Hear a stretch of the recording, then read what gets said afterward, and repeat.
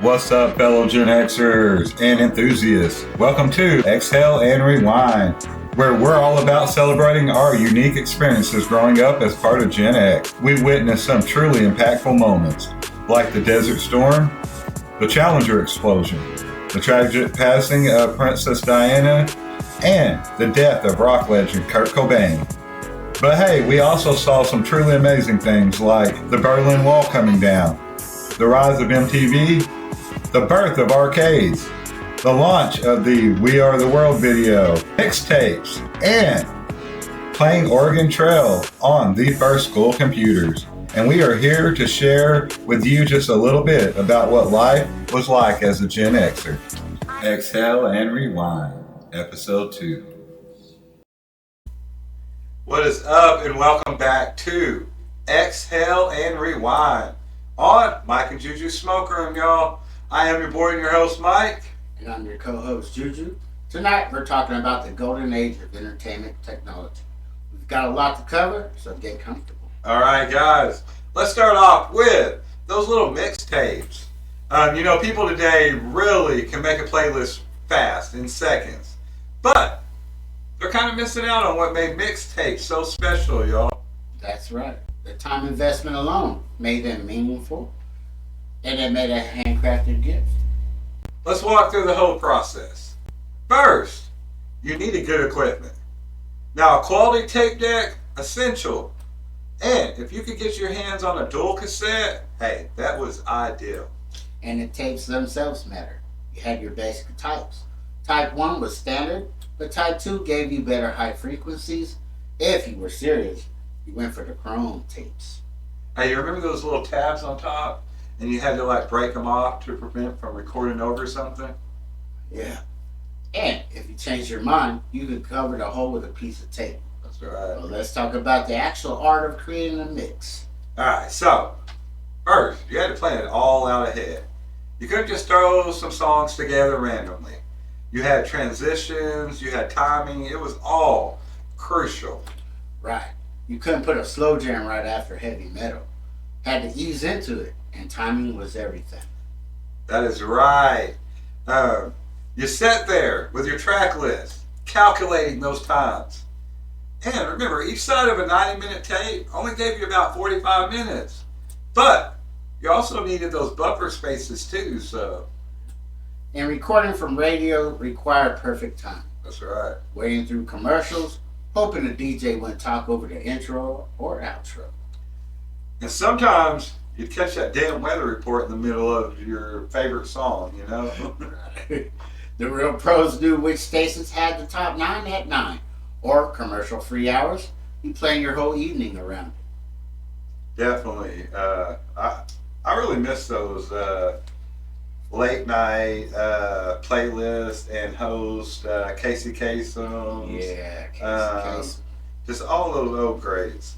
Alright, but speaking of timing and planning, Juju, let's dive into the world of the crazy VCR programming. Talk about a complex system. Remember that thick manual that came with every VCR? Definitely. And nobody ever read that damn thing unless you absolutely had to. I think the number of blinking 12 o'clocks displayed across America had to be legendary. Absolutely. But let's break down what it actually took to record something. You needed to set the current time and date correctly. You had to input the channel. Start and stop times. Then you had choosing the recording speed.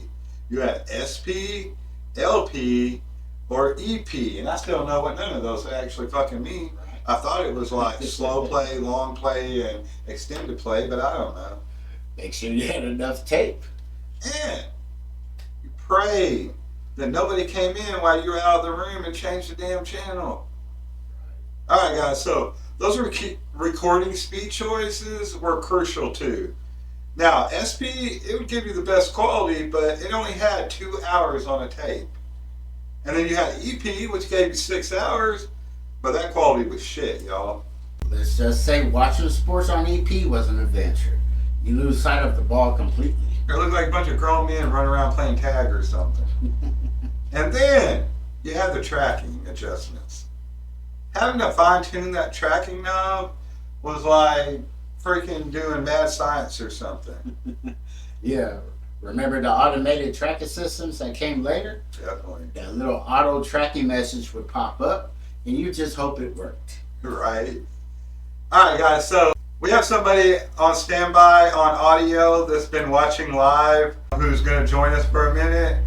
And we're going to go on with that. All right, guy. You're on with Mike and Juju. Hey, this is Chris. Listen to you guys talk about VCRs. It reminds me of the timer conflicts. Oh, man. When you wanted to record 2 shows at the same time? That's when having friends with VCRs became really important. It's like, hey, can you record Martin for me? Martin! Or, I've got to take New York Undercover, man. I know you got me. But, hey, let's also talk about local radio. That is something that's really changed over the years. Back then, radio DJs were like members of the family.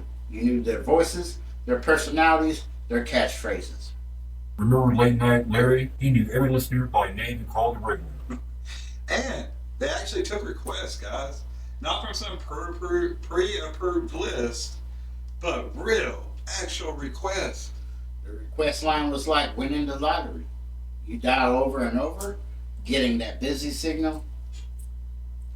Redial, hang up. Y'all remember? Then, if you actually got through, it was like being on stage or something. You were a star, and you had to have your request ready. You had to know exactly what you wanted to say. You did not want to mess that up. I remember hearing some, like, as a teenager, hearing those. My boyfriend lives in so and so, and I just want him to, you know, Oh, yeah, all those. that. He thinks I kissed another boy, and I want you to pick a song for me. Anyway, let's pull out one of my favorite topics: drive-in theaters. A completely different movie experience. Wasn't just about watching a film, it was an entire evening's entertainment. Like, let's paint the picture, y'all. You would arrive early to get that perfect spot, and you did not want to be too close, but you didn't want to be too far away either. And you want to make sure you're kind of centralized. So there was a whole process to it. The prep work involved was serious. You had to clean your windshield perfectly. Definitely. You didn't want bugs splattered all over your windshield trying to watch a movie.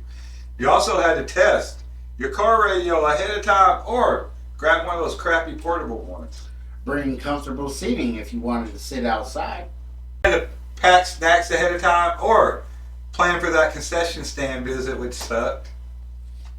And maybe bring the bug spray, depending on the season. That's right. There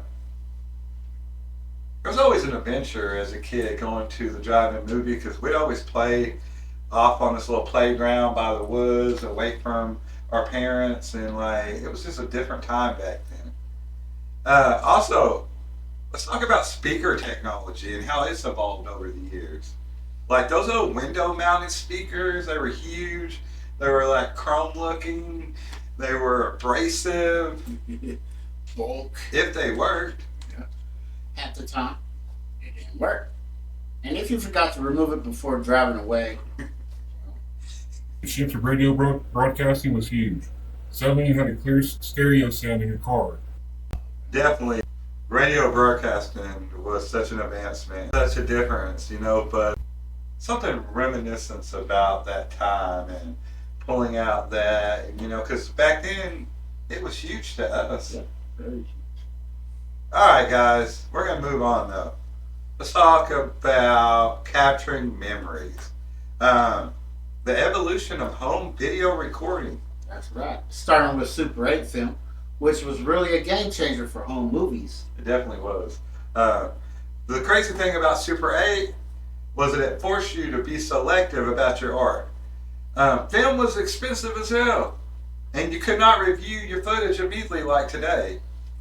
And each one of those little cartridges that cost so much money, they only gave you 3 minutes of recording time, y'all. You really had to plan your shots. No recording everything and hoping for the best like today. Definitely, I can't imagine. But then, thank goodness, camcorders came along. Oh, and that changed everything, guys. Suddenly, you could record for hours. Capture audio along with video. You could review your footage instantly, something you kids today and young people today just take for granted. And reuse those tapes. Yes. And the last thing you wanted to do was miss a football game or a sporting event, and then the only tape you find is the rehearsal to your wedding or something really important to the wife. So many men got in so much trouble for shit like that. Absolutely. Nowadays, it's no problem to record everything. It's not. But those early models were built like tanks. The carry case alone could count as exercise equipment. That's right. They were big. Man, the quality did keep improving though. I mean, all of a sudden you had autofocus. You had image stabilization, which was great. Zoom features. I mean, come on.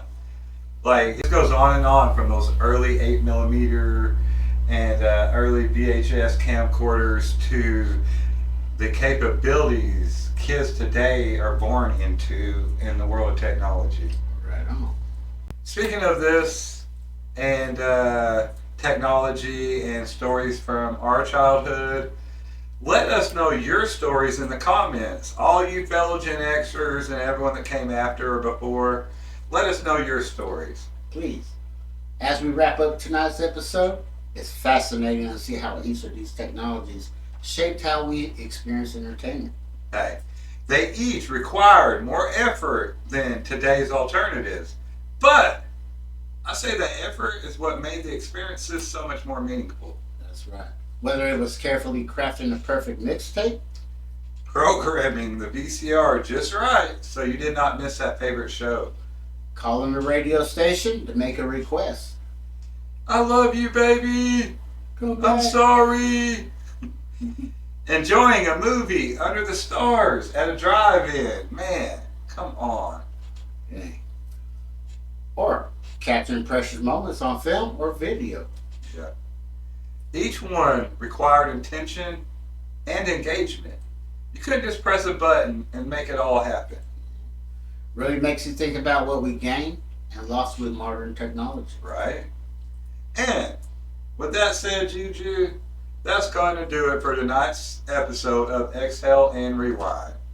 I'm your boy and your host, Mike. I'm your co-host, Juju. Thanks for spending your evening with us, guys, reminiscing about these incredible innovations that changed how we experience entertainment as Gen Xers. Absolutely.